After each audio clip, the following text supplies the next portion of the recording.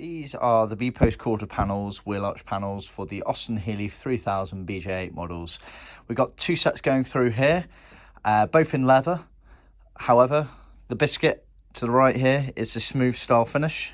As you can see, barely any grain on it, whereas the cherry red here is the grain style. So it's got a bit more of a distinctive grain. So smooth leather's ever so slightly more expensive. Does look very nice though. They're also, you'll notice, slightly different in the fact that this one here doesn't have a corner cut out, whereas this one here does. That's all to do with the phase 1 being the biscuit version and the phase 2 being the cherry red version. Phase 2 is a lot more common with the BJ8s. Phase 1, they didn't make a huge number of them. I think the crossover was about 26,704, if I'm not mistaken. Always worth double checking though, with regards to that.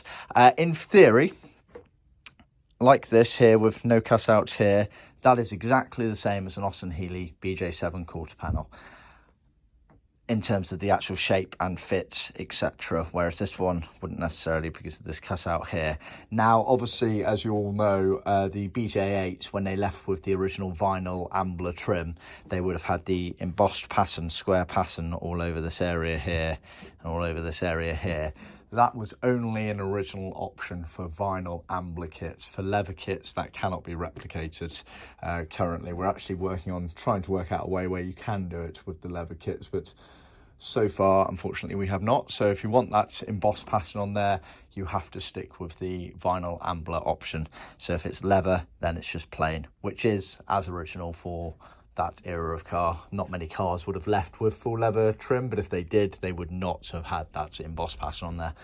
Apart from that, everything is exactly the same as the vinyl ambler in terms of, it's hardboard panels. It has all the sort of fixing holes and chrome slots, etc., for attaching to the car and for the hood frame areas to come down onto. You have the metal bracket on there, and as ever, it's obviously finished to the normal degrees that you would expect from us with our experience in the industry. As ever, always look out for the stamp.